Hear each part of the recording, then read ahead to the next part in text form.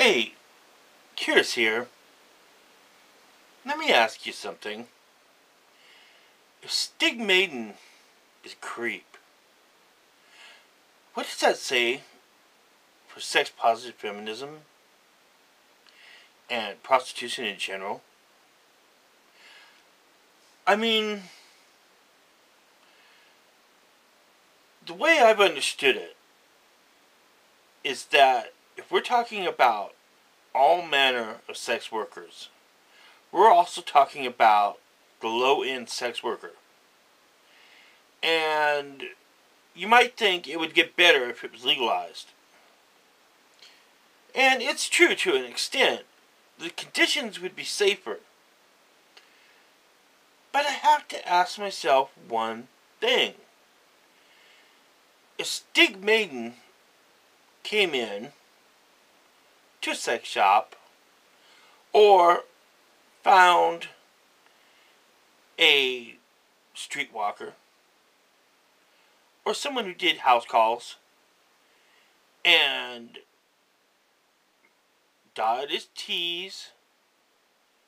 crossed his T's, dotted his I's, act all the proper ways, didn't say anything, paid his money, and when he did that,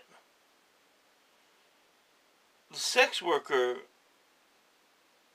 would most probably go for the cash, right? If she didn't feel threatened. Now, okay, he even goes so far as to pay up front, doesn't act weird there, and doesn't even act weird, really, in the beginning of the sex act. But then, in the middle of the sex act, he lets his friggin' creepiness out. I mean, this gets to be a question of prostitution versus human sexuality and female sexuality and social dynamic. What is actually going on in this situation? I mean, when a prostitute is applying her wares and she's in the middle of a sex act as a female, and it's not consensual, well, it's consensual sex, but it's sex for sale. It's contracted sex. It's not consensual in the fact that she's right in the middle of an act and things are happening. Let's say he isn't even getting abusive. Let's just say that talk is happening and the sex act is getting wild. And not in a good, wild way. Isn't the sex worker effectively being raped?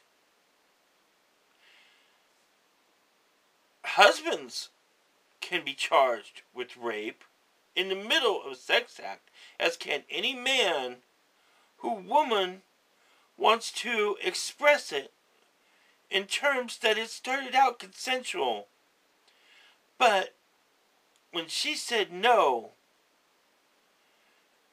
it was kept on and done in a way that became a violation.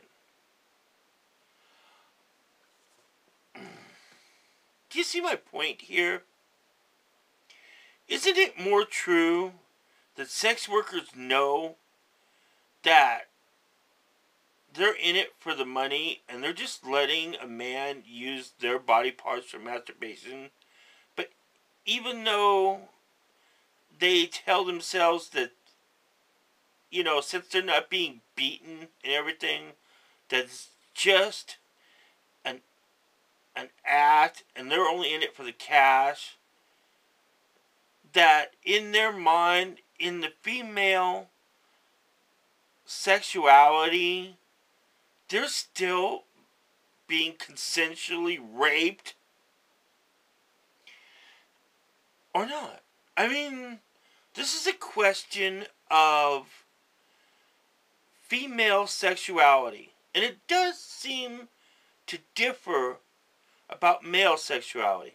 A guy can really get messed up about being raped. There's no doubt about that. But it seems, and I don't know if I can really justify this, but it really seems that when a female gets sexually assaulted, especially vaginally, her whole world comes undone.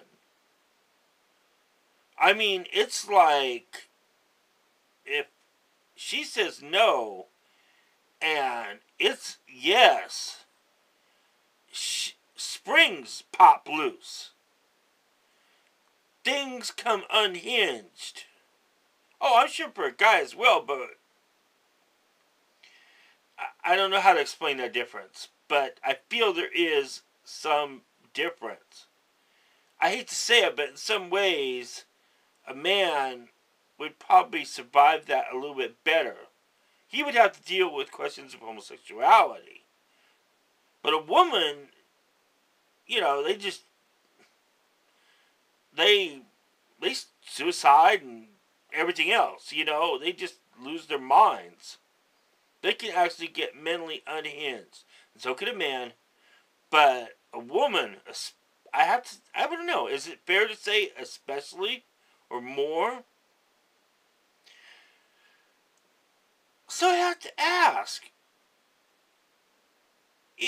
are sex workers just being consensually raped for the money? Whether they agree with it or not.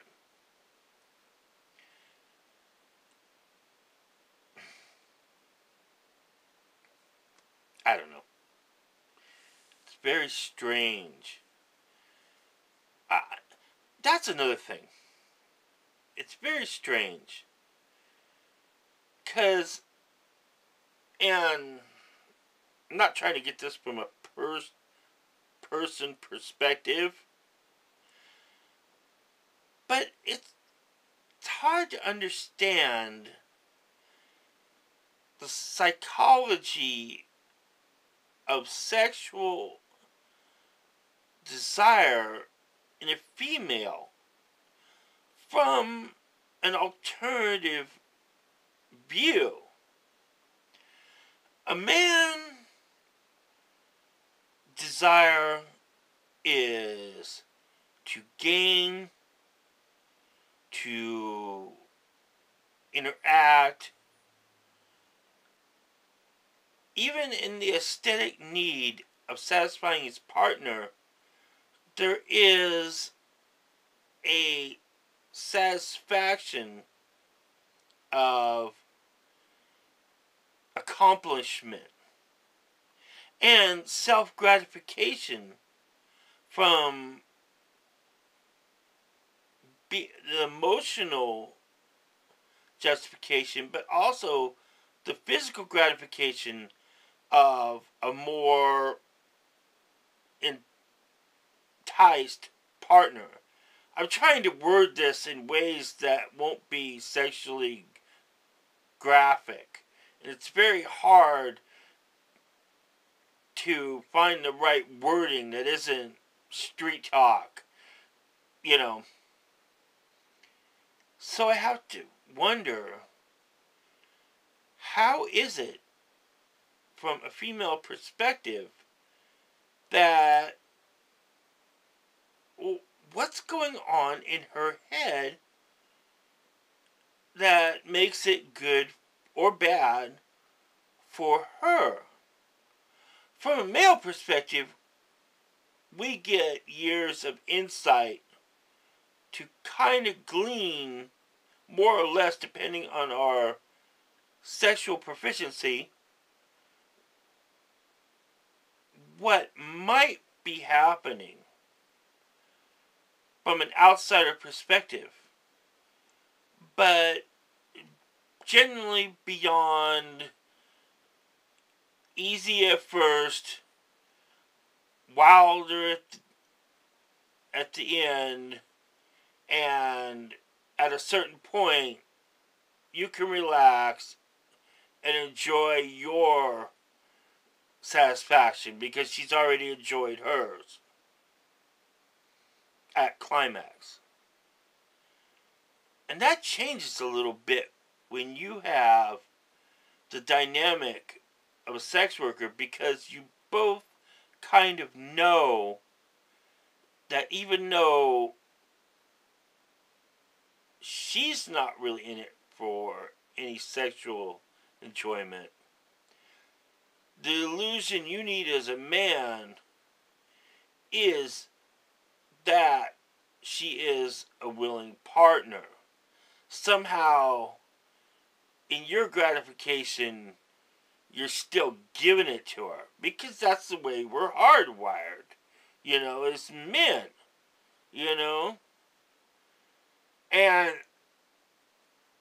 when someone like Stigmadeign comes along and has all these issues with his sexuality and a seeked prostitute, how could she not be victimized? Even if she isn't physically assaulted.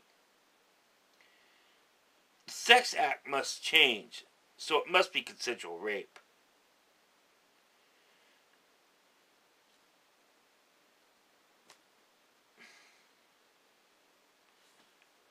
I'm trying to get the sex positive aspect mentality, because I like sex and I like women who have sex. And I want to be on that side of the fence. And there is no, well, I like this person and I don't like this person, or I'm just here to be critical. But there is the fact for me, politically correct, politically incorrect, moral, amoral, whatever. I'm an objectivist. In other words, I try to see things as they really are. Unless they're just how either side sees them, and then it could be your choice. Now, what's the reality here? And you can apply that same thing to any form of sexual expression or acts for compensation. A woman dancing, a woman in porn, a woman doing prostitution, a woman waiting bars, a Hooters girl, a young model, young TV star,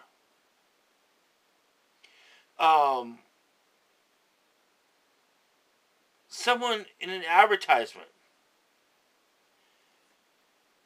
It's all selling sex. But how, in sex positive feminism, can you justify the self-traumatizing aspect of it? Or is it really there? Is it just the illusion of a male-dominated society? Or is there a real aspect of human female sexuality and psychology that's being ignored? In other words, if Stigmadeign came up and said, let's go, and some 18-year-old little hooker who's doing it 8-9 times a night Says, okay, found out she was in for a rough ride. Is it just the rough? Is it just the rough trick of the game? It's just the hard knocks. Easy money. That's what I want to know. How is that justified?